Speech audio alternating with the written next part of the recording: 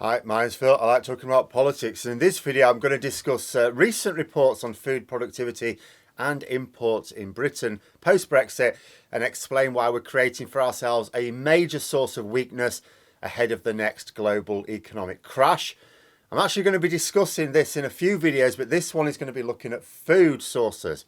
But first, if you'd like to be notified of daily news and politics, please subscribe to the channel and click the bell notification icon. So I've discussed in the past the problems that Brexit brings for food production in Britain. I've also talked about the difficulty in trading both ways across our Brexit borders. Now, to someone not spending the time to find out the details of how Brexit works in practice, it can absolutely make sense that removing ourselves from the single market is, of course, going to cause problems for both import and export. This is why I have relatively little patience for anyone trying to suggest otherwise. Oh, you believed the Tories when they said leaving the single market wouldn't change anything? And you want to be taken seriously? But I can well understand people who don't see how leaving the single market also hurts our ability to produce in Britain. How on earth does leaving a trading bloc make it harder to grow our own food? We still have the farms, we still have the seeds, we certainly still have the weather. Fortunately, the soundproofing is hopefully keeping it out at the moment. But as I've explained in the past, what we don't have is the workers. Farming relied upon large numbers of seasonal migrant workers. Many sectors of our economy do. In fact, a little aside on that, we're still getting the right-wing nut jobs going on about our vacancies. Before Brexit was going to be, oh, it's fine. Oh, what about these vacancies? What about these migrant workers doing these jobs? Oh, it's fine. There's British people going unemployed. They're taking our jobs. They took our jobs. So where are they now? Where are all this army of British workers who were just sat around waiting for these jobs that somehow couldn't get them beforehand? Oh, they're just too lazy to do the work. Too lazy to do the work. And I've tried to explain to them, it's no good having jobs in Exeter for the unemployed in Middlesbrough.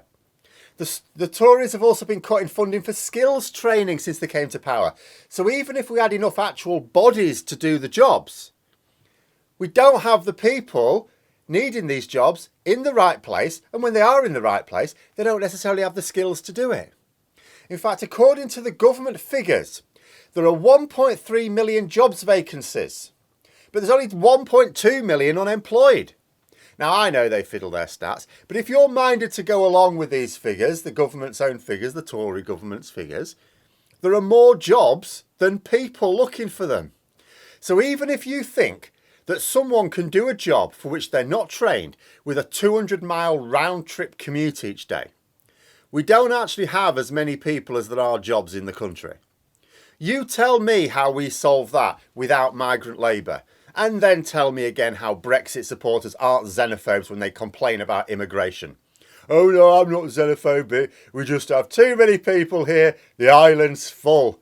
Oh yes, so how come we don't have enough people to do all the jobs we have then? Sit down, shut up. But anyway, food. So another recent article was reporting on the drop in harvest due to a lack of seasonal workers. Farmers were telling a group of MPs in Kent it's easier to import some fruits now than to grow and harvest them because our immigration policies are rubbish.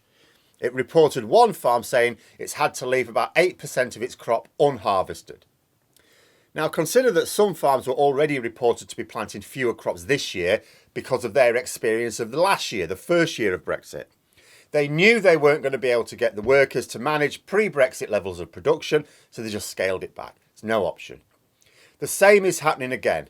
So we've now got more farms that are just looking at the situation and saying we're going to have to grow less next year. The end result is that we're producing less food for a nation that's already been relying on imports for like 2 centuries at least. And we're importing more now. Now, there are some very serious problems with this. The first, of course, is that we're paying more for food. Never mind excuses about global pressures. Yes, they're real. I'll be coming back to a big one in a moment.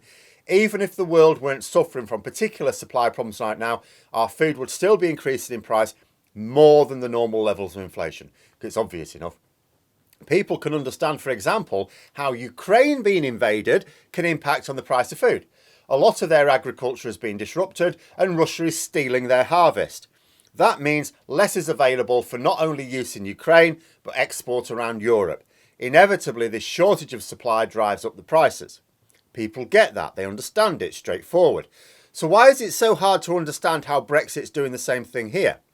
As a direct result of Brexit policy, we cannot harvest as much food in the UK. It hasn't been caused by a foreign nation invading us and nicking our crops, but it is the same effect. Britain is producing less food for the supermarkets. That creates a shortage and drives up the prices. So we're having to import more and pay more for it. But here's where we're making ourselves very vulnerable. Because of external issues to Britain, there are going to be shortages throughout Europe of some foods. The EU will make sure that produce is prioritised for exports to other members of the single market before it's exported to third countries like us. And this isn't speculation. We saw it in practice last year. There was a shortage of CO2 in Europe for a while. We couldn't import it into Britain at all. And supplies of fizzy drinks took a bit of a hit. But there were no such problems in Northern Ireland. They retain access to the single market, so they could still import the CO2 they wanted. Well, we can do without fizzy drinks, though there are more serious uses for CO2 as well. But what if the same thing happened with certain types of foods? What if we suddenly find ourselves being unable to import some foods because Europe's single market was making sure that their own members were supplied first? And there can be no complaining when that happens. After all, why should a single market supplier export to Britain ahead of countries that aren't being complete dicks? And that brings me on to the import problems. So like I said earlier, even people who don't spend the time I do trying to understand Brexit will appreciate that importing is trickier now. But just how bad is it? I'll post a link in the description below to the latest from Daniel Lambert on Twitter, who frequently explains how Brexit affects his wine business. But the long and the short of it is this. If you want to import food and drink, you have two main problems. The first is the natural red tape and delays, which comes from being a third country with respect to the single market. Now, it could be a lot worse. Because our government didn't actually get Brexit done, despite what they say, we have very few import controls. We don't carry out many checks for customs and none at all for standards. So it's relatively easy to smuggle into Britain right now. But there is still customs red tape required. This has time and costs attached to it. That means it costs more to import than it used to. But also in combination with the full export controls, it can mean it takes longer to import. If you've got a lorry that would normally be bringing your stuff into the country stuck on the outbound lane in Kent, it's not bringing your stuff in. It's been delayed even getting back out because there's a bit of a cycle goes on here. So it doesn't matter that there's relatively few controls coming into the country. If your lorry's stuck trying to get back out of the country before it can come back, you're going to have a delay in getting those imports. For fresh food, this is a big problem. Like at difficult times when it's like you've got lorries queuing in both directions, it can mean the food just isn't that fresh when it arrives. And anyone who does the shopping in Britain must be absolutely blind if they haven't noticed just how short the dates are on fresh food these days. And it's not just that there isn't as much. Like fresh fruit and veg is the most noticeable. If you've been shopping like I have for like over 2 decades doing the household shopping, it's noticeable. But I'll tell you what, if it's happened so slow that you haven't noticed it, I'll tell you what I've noticed. Some people, when they've gone abroad, they've gone on holiday to Europe, gone into the supermarkets there, and they've been blown away at just how well stocked they are. Then they come back here and go, bloody, and then it hits them. But the other thing is it's less fresh a lot of the time. So even when you've got the fruit and veg, it's less fresh. There's other foods as well, like packaged fresh food, often has very short use-by dates. It's very noticeable. Second, we have the extra problems of government policy, because there are some things that are just a consequence of being a third country with respect to the single market. And if we wanted that hard Brexit, we have to accept those consequences. But on top of it all, and something that Daniel Lambert points out from time to time, the way the government have chosen to manage our post-Brexit trading arrangements has actually made things worse. The Treasury has implemented especially complicated systems which drives the price up even more. To say nothing of when they imposed, say, VAT on low-value imports. That was something they didn't have to do. And then it was reciprocated. You know, it wasn't to do with Brexit, didn't have to be done. And it hit trade from around the world. It wasn't just with the EU, with America as well. So we can't produce as much. It's also harder to import. And you think about that. So we Can't produce as much food, it's harder to import food as well.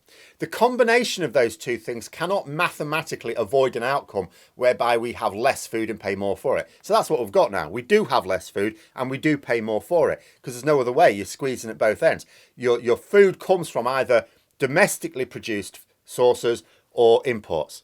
If you make both of them more difficult, of course you're going to have shortages. And then imagine what happens if we're hit with a major global economic crash of the sort that is very likely coming. Not a COVID-induced crash in production for a few months. No, a full-blown economic crash with the Tories in charge and a hard Brexit in full flow. The results will be biblical, I fear.